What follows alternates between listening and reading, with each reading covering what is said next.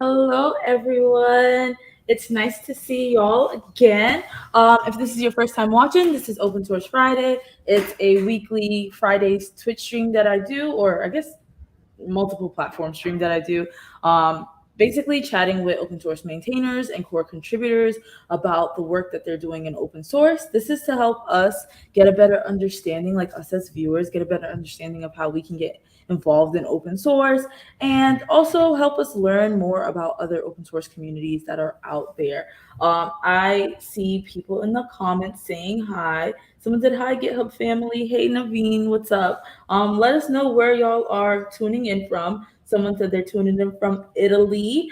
And I don't know how to even, I don't want to like mess this up, but thank you for tuning in from that country. Um,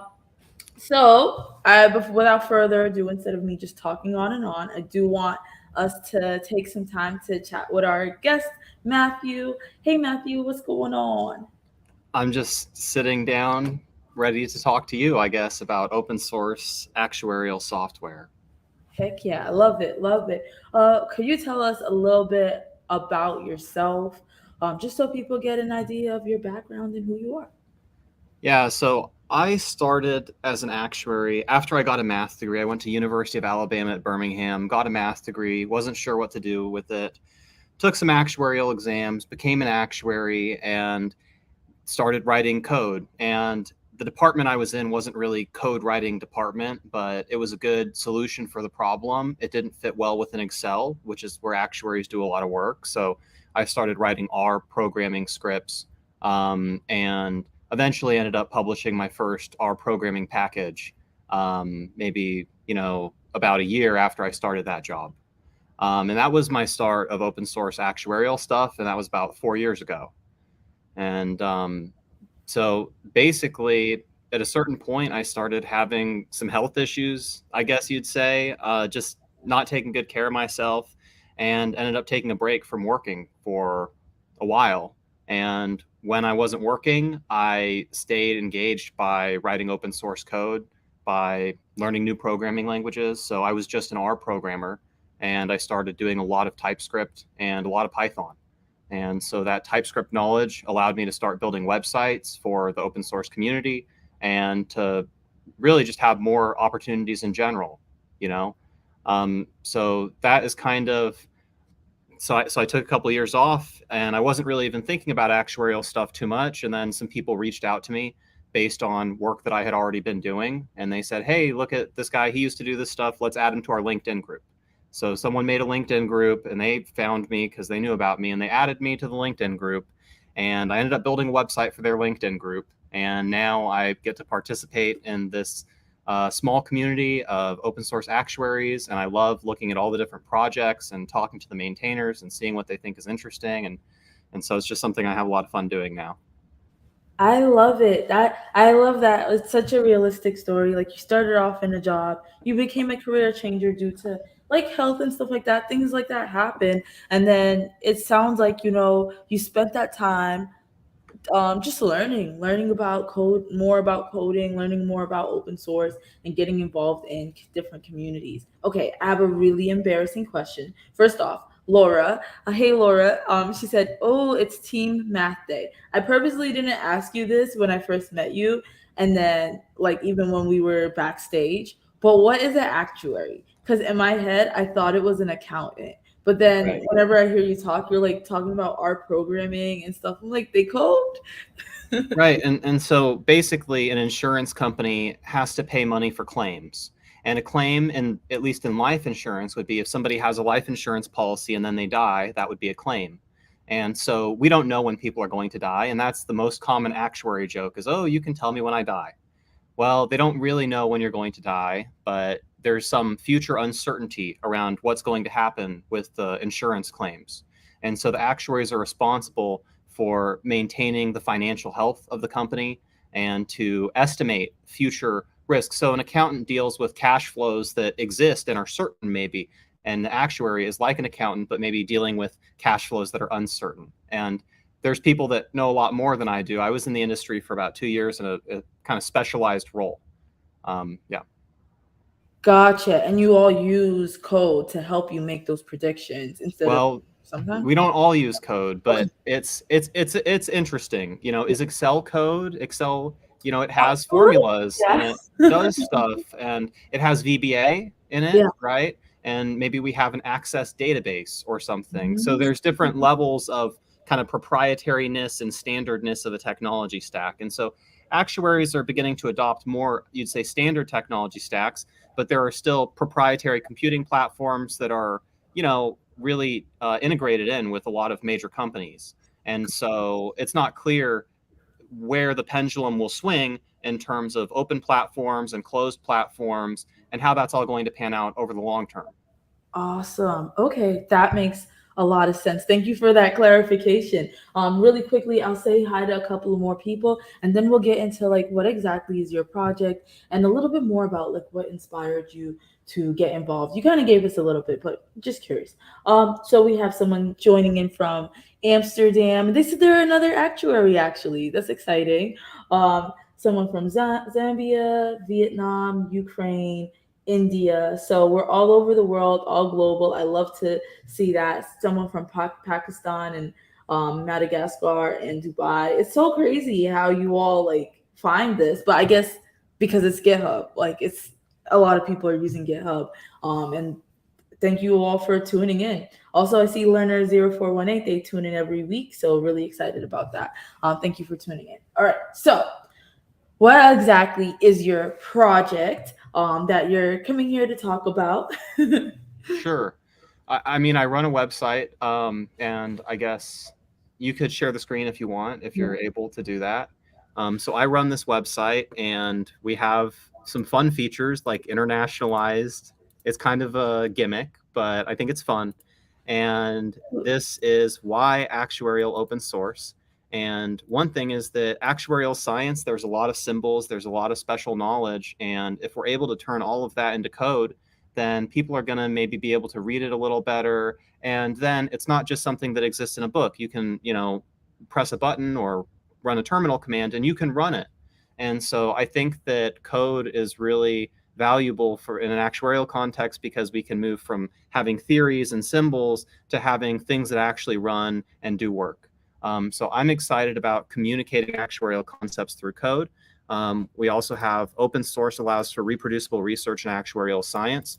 A lot of these data sets are closed data sets. It's some proprietary insurance data set. They're going to publish a report on something, and it's going to be published as a PDF. I think that we can have a lot more value in people's reports and in people's research if they start having open data sets. Maybe they anonymize it. Maybe they have a data simulator. And then they're going to have reproducible research that end to end, everything can be replicated. And that's really not the case in a lot of industry publications currently. And that's why we have the open data. And non-proprietary computing platforms is just a lot of the computation that's done exists within closed computing platforms. You could think like MATLAB has certain closed platforms for engineers to do their work. So it's kind of like special actuarial software, which you would need a license to use, and there's not any information about it that's generally available. So reproducible research is exciting, and also anyone can get involved. Collaborative space professionals, academics, and enthusiasts. I don't currently have any credentials or letters next to my name or anything like that, so I think I'd be an enthusiast right now. But really, anybody can kind of start looking around and getting involved and seeing, if there's something exciting or something they want to, get involved with. And then we have this project display, and this is just some projects. And if you click this button, then you can see all of the projects. And there's more projects that I probably need to add. And I implement these little features. And I'm sure I can make this better. But we have these projects, and then we have some motivational quotes. Oh, they're in German. Okay, we have some motivational quotes. And I really like these quotes, and I just try and keep them in my mind when I do things like open source is about collaborating, not competing. And it's just fun. It gets me excited. Yeah, no, this is exciting because I do think, the tech industry themselves, of course, we're in the know about open source and the value of it. But I think it's really interesting and exciting that you're bringing it to things like actuarial science and all of that, because I mean, maybe I'm just not like super in the know of that area, but I do think other areas or other fields can really benefit from open source, and like using open source principles, like you're saying, like making things more accessible, making people be able to run the code, or run these formulas inside of a terminal, rather than just looking at like symbols and stuff like that, just making it more accessible for people. So I do think this is exciting, and I like that y'all apply this to that. We also have somebody saying, or Leonard0418 saying, very exciting to see open research and collaboration. And then I guess someone's remembering a movie called The Actuary. I've never watched it, but just pointing And it out. so can I show a couple more features? I actually have a couple things I'm excited in, so I Yeah, might go through them quickly, and then if there's something you want me to expand on. So this feature isn't quite, I guess you'd say, shipped because it's not accessible from here. Kind of because we committed to this internationalization thing, and it okay. would be very hard to internationalize a lot of text. Mhm. But we have these interactive Python exercises. I kind of put this editor together myself with some open source components, and we can Cool. run Python. And the idea is maybe we could do some educational stuff. I really like interactive educational exercises. I love leak code and stuff like that. And so maybe we could have some exercises where you can grade them, and they can help you learn about actuarial science with Python. And we have just some stuff, you know, we have some stuff, there's some exercises, but I would really like to implement grading. Like this website, I just kind of work on it sometimes nights, sometimes weekends, and sometimes I take a break from it. So there's a lot of architectural improvements that, I might need to make to this website to make it stable. And then just one more thing is that there is this, I just think is cute, is that you can have a React component, and then you can type some stuff, and then I do this, I press this button, and now I actually have the JSX Oh, that's for so cool. the component itself. So and so there's a toggle, there's a prop that you'd pass in that would say this component is in editor mode. And then you would do that, and then you click this button, and now you have the JSX for a component which is not in editor mode, but has the same content. So I think it's a fun kind of content authoring workflow. That is so cool. I actually love this. And when you said you wanted to implement grading, did you mean like, I wanted to make sure I understood you. Did you mean like, um oh, did the person put in the right like code? Yeah, Okay, I mean, okay. really, there are test cases, and it's kind of leak code style, but this is running in WebAssembly. It's not connected to a server, so I don't have to run some server that has some kind of sandboxed Python that is executing this code. So using WebAssembly to execute Python code and having a nice way to grade the questions, and then a way for people to look through and have the questions that they want to answer, like just how to say, a way to navigate through a collection of questions where there's progress indicators and stuff like that, really trying to build an educational platform that's pleasant to use. And, maybe it's just for actuarial stuff over here, but if people want to do something else with it, then it could be a nice template. So we're really not there. I think that we want to migrate to the app router features of Next.js 13.4. And right now we haven't. and I'm kind of waiting for a big chunk of time. I'm in school, so I don't have time to ship these big changes. So, Yeah. maybe someday we'll have App Router, which will make it easier to do these kind of server side things, and have optimistic rendering and stuff like that. And then the educational platform would probably be a little bit, it'd be ready. So I'll finish school in maybe a year, and then maybe I'll do it, or maybe I won't, because Yeah. there's other stuff that I'm excited about, like the actual kind of computational research, open, reproducible research. So here is some kind of reproducible research would be in this benchmarks repository. And this benchmarks repository is something that we run, and we pay someone, I guess, $50 an hour for 4 hours a week to try and ship improvements to it. And that's funded through our open collective. So we have this open collective. I put about $5,000 of my savings into it a while ago. So our current burn rate is $10,000 a year. And we maintain these benchmarks where we have various actuarial tasks. How long do they take to run? And do they all produce the same result? So this is something that's a lot of fun, and we want to publish this to Journal of Open Source Software or something like that. That's so amazing. First off, that you believed in the project so much that you like invested your own money. But this is so much cool stuff that you're doing. Even the educational side, it's almost like you're doing like a or hoping to do like a code academy for actuaries. I love it. And it's a lot of complexity. So it just depends on, maybe I will never finish it if I don't get the passion to do it, or maybe I will. So it really just depends on, what happens with my life. But regardless of where things go, I think it's a lot of fun, and it's a lot of learning that I get to do as well.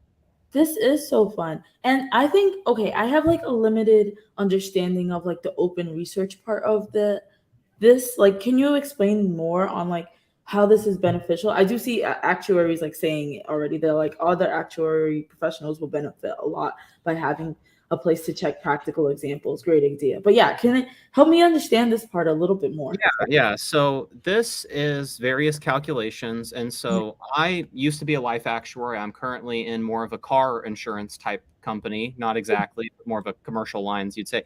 But so my knowledge is mostly about life actuaries, and modeling life insurance is kind of its own discipline. So we have something which would be a basic term life insurance policy. A basic term life insurance policy means that, if you die within the next 10 years, you'll get the payout or something like that. Oh, And okay. so this is an example of a life insurance model, which comes from a project from a really great actuary. Well, I think Model X. Okay, I went to the wrong link. This one. LifeLib, LifeLib, LifeLib. Okay, so this is built by the person who made the LinkedIn group. So by the way, we have a LinkedIn group, actuarialopensource.org. Join the LinkedIn group. I don't know. And we also have a GitHub organization. Both of these were set up by a Japanese actuary at PwC named Fumito Hamamura. And Fumito Hamamura really recognized this kind of problem that I'm interested in a while ago. And about 2018, I believe, he started working on LifeLib. And this is really a full implementation of life insurance actuarial modeling software. And he has used his own kind of tech stack to make a number of libraries that talk about various life insurance problems, like Oh, basic life. And so this is actuarial modeling software, and my interest has typically been more in how do I use Python by itself or just a programming language by itself. And so this is a little heavy, but it does implement features that actuaries are very used to and that they expect from a solution for life insurance modeling. There is a graphical user interface that is implemented in the Spider IDE for Python. And I'm more of a VS Code user, so I want something that works in VS Code, but maybe he'll come out with something. But so these are a lot of life insurance models that he has built. And so what I did is I started the benchmarks repository. And so here we have Python LifeLib basic term M. We see that it takes 689 milliseconds for our sample calculation. These run in GitHub Actions and automatically populate every time. what? They do. And so this is Python LifeLib basic term M. I went and did a implementation from scratch, which is producing the same result, which is 553.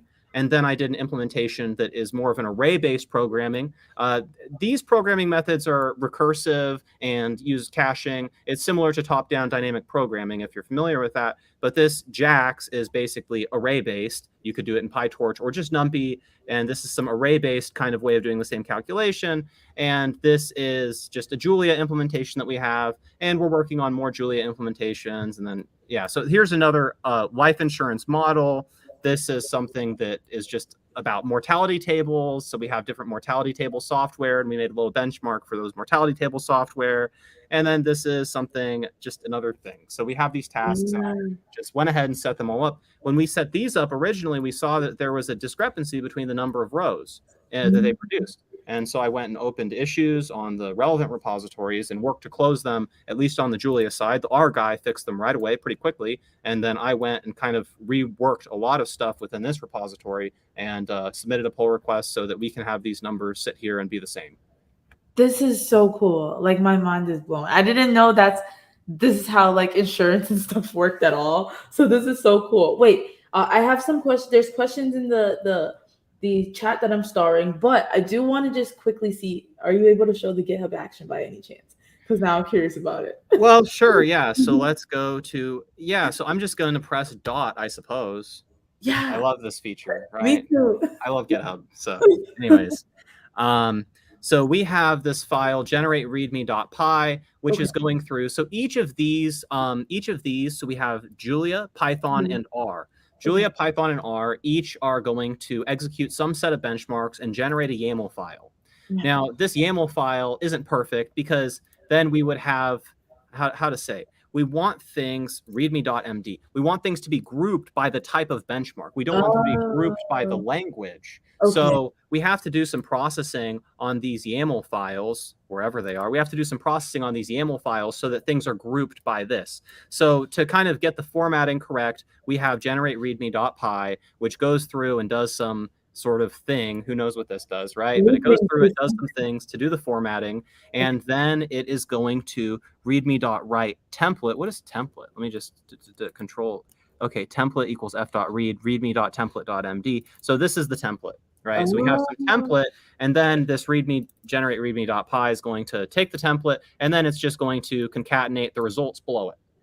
So that's what generate readme.py does. If we look into the GitHub actions, then basically it sets up R, it sets up Julia, it sets up Python. Now, if we look into Python, say, we're going to check out, set up Python, pip install, and then we have this upload artifact step, and we upload these artifacts. And then to create the README, we depend on bench R, bench Julia, bench Python, and then we're going to download the artifacts from the previous steps so that they're all accessible.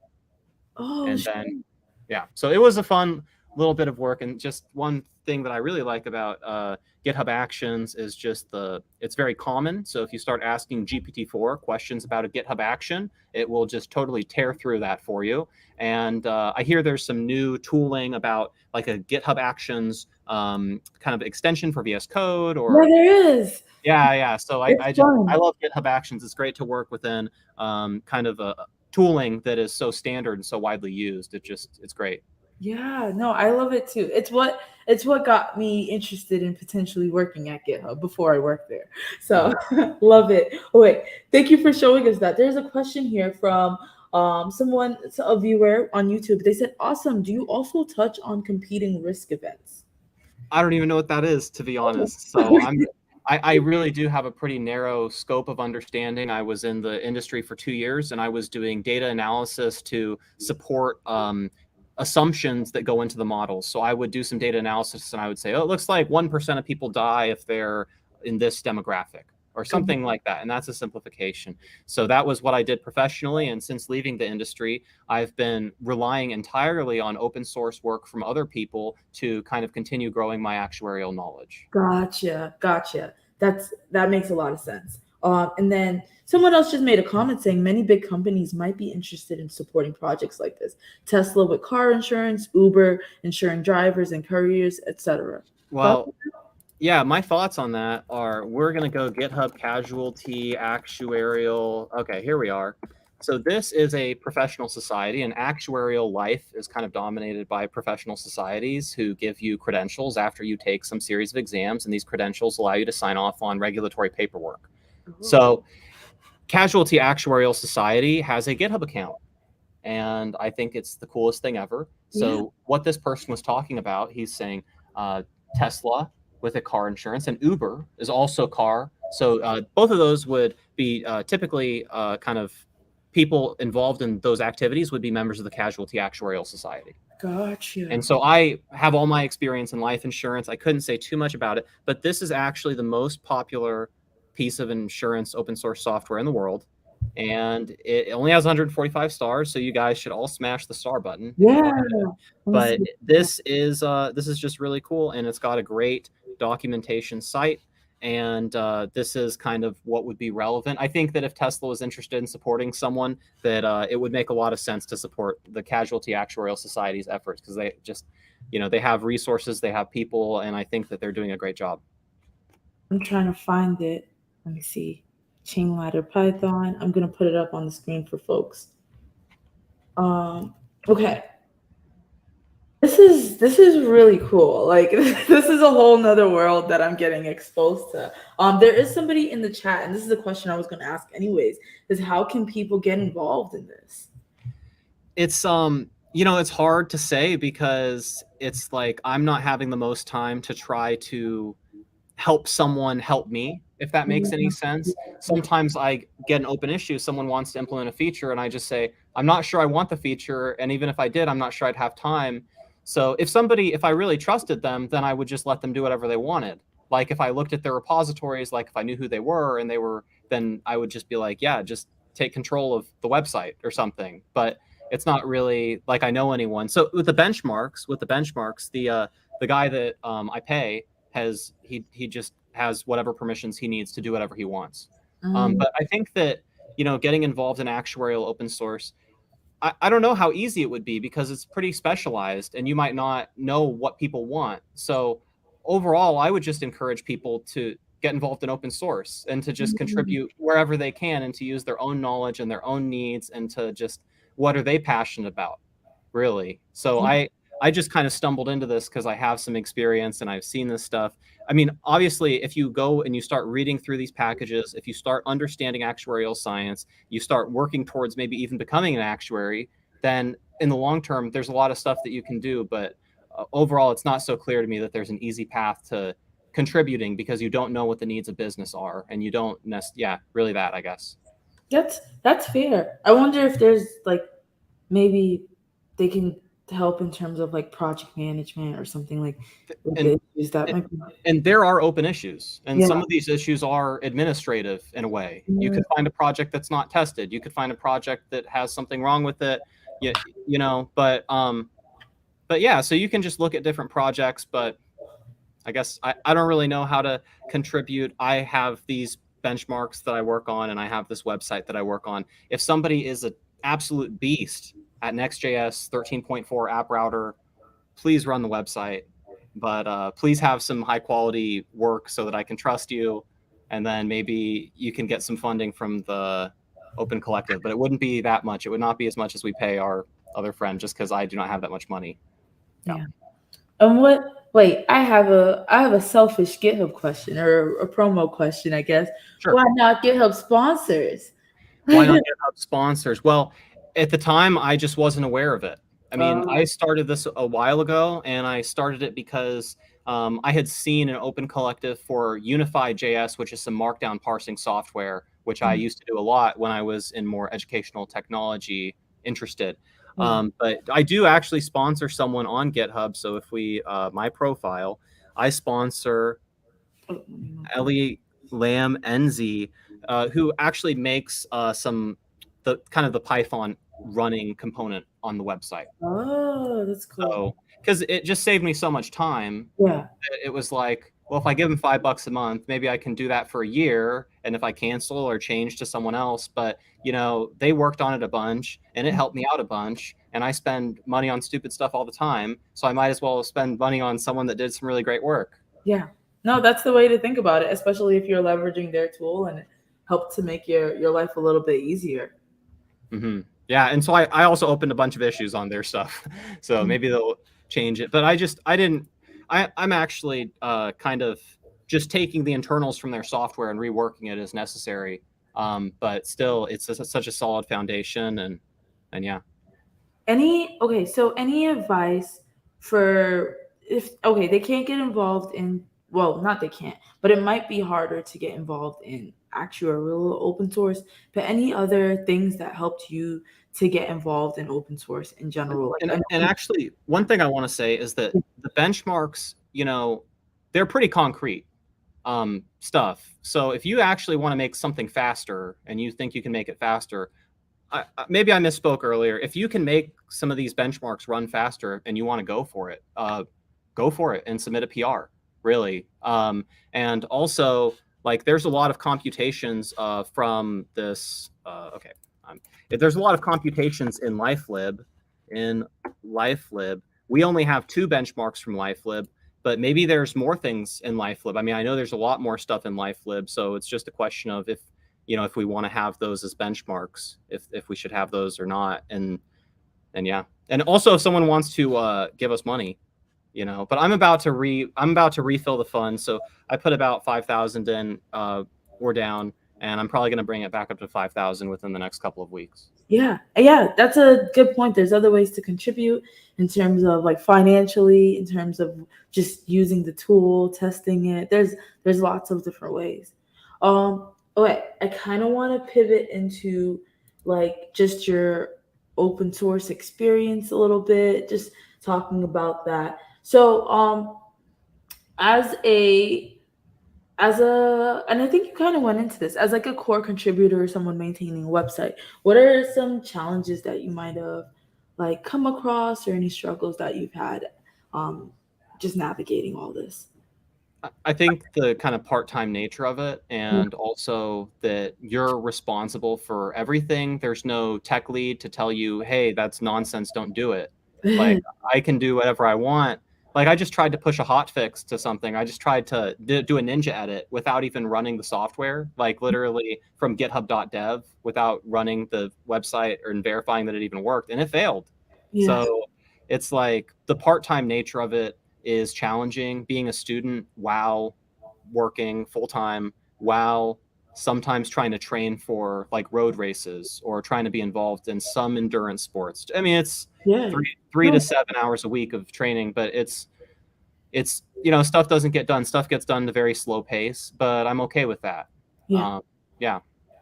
you're doing a lot of different things. And then what's something that's been rewarding to you in this space? I just like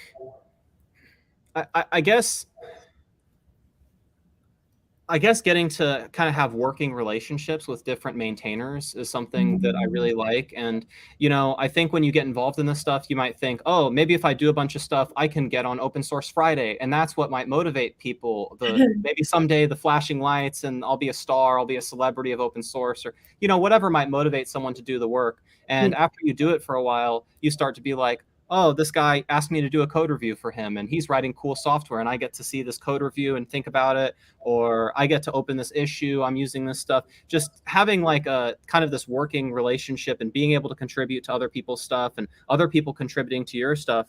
We've got two people that are not me that did contributions to the benchmarks repository, for example.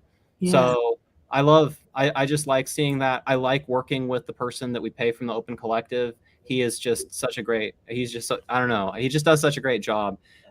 So just getting to know more people and getting to work with people and talk about ideas, the work itself really feels like the reward to me. yeah. No, I love that. Yeah, I do feel like open source just gives that option to collaborate with people worldwide that you might not have been able to chat with before, something like that. Like just meet great minds, and you're like, oh my gosh! Like even how we met each other at the KCDC conference, and I heard you talking about open source. I was like, wait a minute, what you're doing sounds really really cool. So yeah, I agree with that. Um, my other question, I know that like I'm kind of like maybe going off script, so I hope you That's don't great. mind. Cool. My other question is how do you think and this might be a tough question, so take your time to think about it. I do feel like open source and tech in general does lack a certain amount of diversity. How do you think we can, or what are ways that you're thinking or you think that people can increase that level of diversity and inclusion, especially in something like actuarial science? Because I already hear that like it sounds like it could be a struggle to onboard people because you're busy, right? So it can be a struggle to bring people in that don't know much about this or know much about open source. So I'm just thinking, like, just in general, people from different backgrounds, whether it's race or gender or ability, like, what are your thoughts on That's that some? is a very hard question, and so there's kind of two things that you know kind of I try to make them go together, but they're pretty separate. And those two things are actuarial science and open source. Yeah. And so you might have to approach that question from two different angles. Mm. One is actuarial science.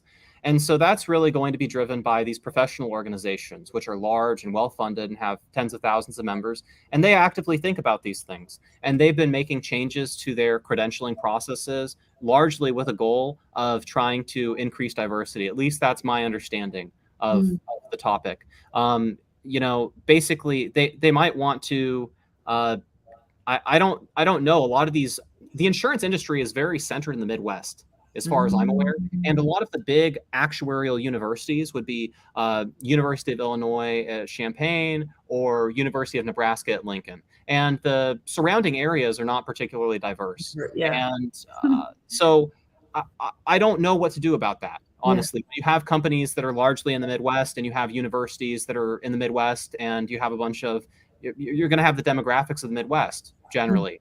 And in terms of open source, um, I don't I don't really know. I mean, the high school that I went to was very diverse, and we had a lot of different types of people that were interested in science. And I I guess that question is out of my league. That is Yeah. what I would say about that question. I asked you a pretty intense question, and I think that's a fair answer. But I do think even things like this help with improving diversity and inclusion, like just being on the stream, because then you get other people who will get a chance to learn about what you're doing and your project. Like we already saw in the beginning, where people tuning in from Sweden and Zambia and stuff like that. So what you're doing already helps contribute. I know I threw you a No, pretty it's cool. question. It's cool. I'm all for it. um, okay. That's all like my open source questions to you. Let me just check the chat if there's any extra like thoughts that people have here. Oh, someone just said reinsurance models and underwriting related models. Okay. I think they were talking about when you were demoing. Well, yeah, that I mean that sounds like some stuff that I haven't gotten into, you know. So Mhm. so that's why, people that know things that I don't know. Really, I think to move things along, we might need a lot more involvement from senior actuarial staff, and they're going Mhm. to need to actively try to do that transfer of knowledge from the closed doors to the open world. So Yeah. we need insurance people that have been working in the industry for a long time to put a lot of effort into making everything more open. But Yeah. I do my best with the knowledge that I have.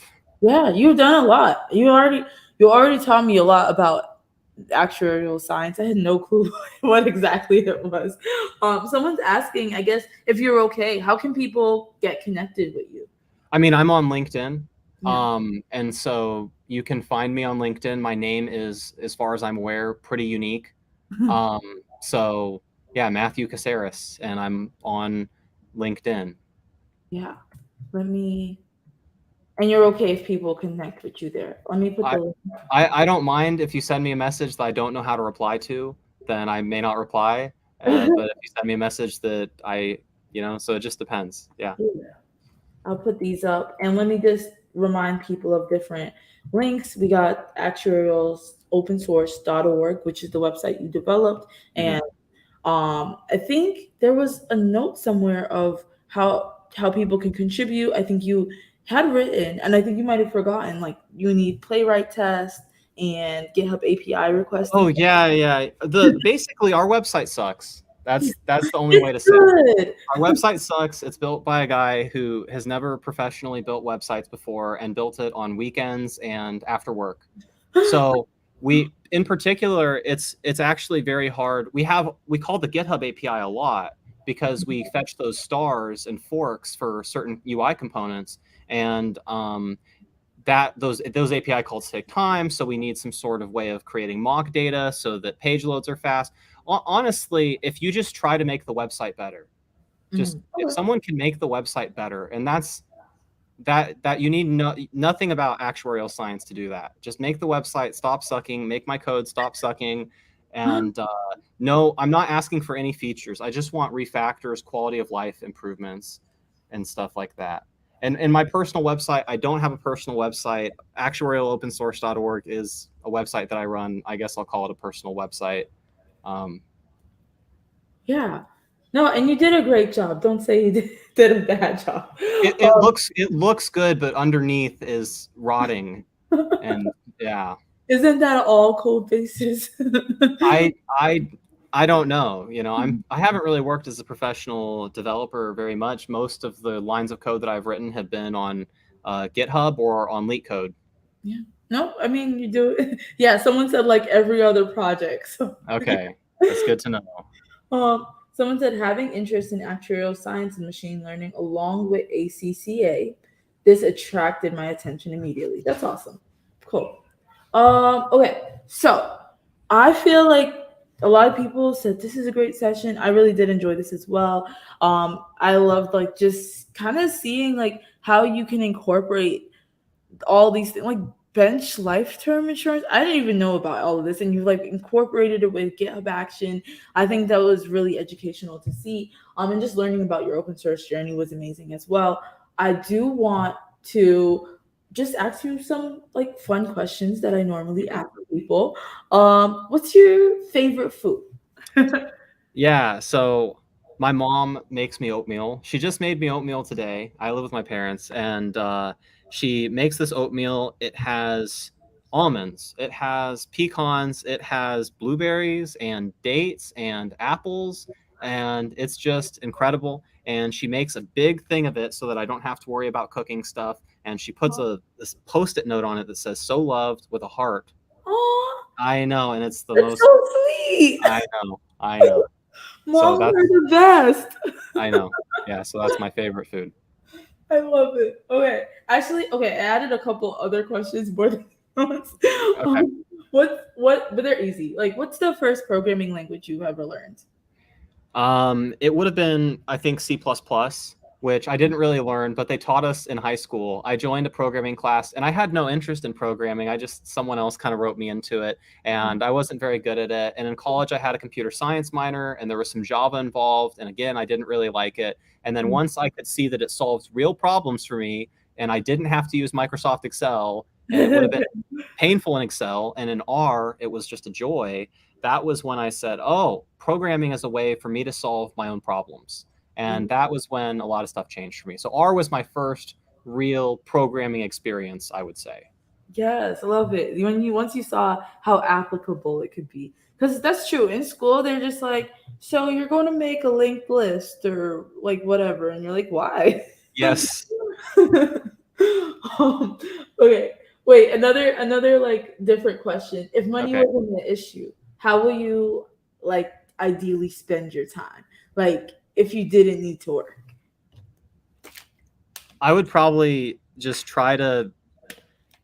I think that without work, it's really hard to motivate myself to actually do open source work because there's just nothing. There's just like nothing really. And so, like, once you have someone that's like, hey, get this done, then you get into that mode. And it's like, but if I really was not, so I guess if I didn't need to work, I would still work. If I wasn't able to actually work, then I would probably try to train for endurance sports at least 20 Ooh. hours a week is what I Ooh. would want Like to do. what endurance sports? That's At that point, you'd probably be doing an Ironman, just because the diversity of training allows you to kind of avoid injury. So I just been running 10K road races since January, and I really enjoy it, but I'm a little injury prone, so I'm trying to work through some Mm. injuries. And in the meantime, I've been swimming and riding a bike a little bit, and I still run, but I'd like to be at 30 to 40 miles per week, and I can really only handle 15 right now. Wow, that's amazing that you're trying to get to 30 to 40. That's cool. It's aspirational. It's not impressive. It's aspirational, which is maybe like unimpressive to have people that aspire to things that don't achieve them, but that's how I am. No, I mean it's good to even just stay active because some Yeah, people, once you start coding, you're like, I can't leave the computer, but it's good to stay active. Okay. Last like unfamiliar question is like, how do you pronounce the word GIF? Do you say GIF or GIF? it's a gift. It's a You say gift. GIF. Yes. I don't. Has anybody actually said GIF? If you ask that, has There's been a anybody? couple of people. I say GIF, Okay. but it's not common. Most Wow. people are like GIF. I say GIF. You're like, wow, I'm leaving. No, you just. I bet you just say GIF so that you can kind of mess with people. You're like, oh, if I say GIF, then it's like a. I don't know. Yeah, like I don't eat pizza just to tell people I don't eat pizza, just to shock them. So I think it's the same thing with you and maybe saying GIF. I'm not sure. No, I've Okay. always said GIF, and then like I started working in the tech industry, and people are like, it's GIF. I'm like, oh. Okay. Okay. All right. All right. I'm sorry for for questioning the authenticity of your pronunciation of GIF. Someone said GIF gang. Okay. All right. All right. I got it. Um, wait, there's like another. I hope you don't mind answering this question. It's okay if you don't know it. Someone said, "Hi from the UK. Does Actuarial open source?" Exactly. Yes. Yes. That is the next thing that Cedric is working on. So Cedric does this work, and again, it's 4 hours a week. But you know, we're working on trying to publish these benchmarks to the Journal of Open Source Software or something like that. And then after that, then when I'm done with school or whatever time I can find, Yeah. we're very interested in simulated life insurance data sets because there aren't any right now, and I just think it's really useful for reproducible research because that data is proprietary, and so we need to do more research on methods. And to do that research on methods, I think that we're going to want those data simulators. So that is a great question, and that is something that I really think is important. Yay! I'm so glad that was a good question. Okay, last but not least question. What is your favorite Beyonce song? Yeah. And so I don't really listen to Beyonce albums. I listen to a lot of indie rock from the 2000s typically, Yeah. but on 103.3 Hot 103 Jams in Kansas City, they have Beyonce songs, Yeah. and I really liked that song "Cuff It." And Yeah. then one day I heard the song "Cuff It," but it sounded different, and so I found out that it was actually the Cuffer, the "Cuff It" Wetter Remix. remix, and Yeah. that song makes me feel like a baddie. I can't lie. Yeah. Yeah. I went to her concert on Tuesday. I felt like a baddie the whole time. Mhm. I love it. The great song choice. And also a great session. I really enjoyed talking to you. Again, I want to say thanks to the people in the comments for always staying engaged and tuning in. It always brings me to like be like, I gotta do Open Source Friday again. People are interested in it. So really love that. And then also thank you to you, Matthew, for coming on, sharing your time and your knowledge, and putting in this effort to help build out the open source community for actuaries, and along with all the rest of your community who is helping to build this out as well. For folks who are interested and want to check it out or want to help improve the website, go to actuarial opensource.org, and then this is Matthew's LinkedIn. But yeah, don't spam him. Yeah, I guess. Yeah, and thank you for like having me on. This is like such a cool opportunity, and even preparing for it, I got the opportunity to just think about, you know, the just to spend time thinking about, what this is and stuff like that. So it's helped with a lot of perspective. Yeah. Awesome. I'm glad. All right, y'all. I'm gonna head off now, but bye.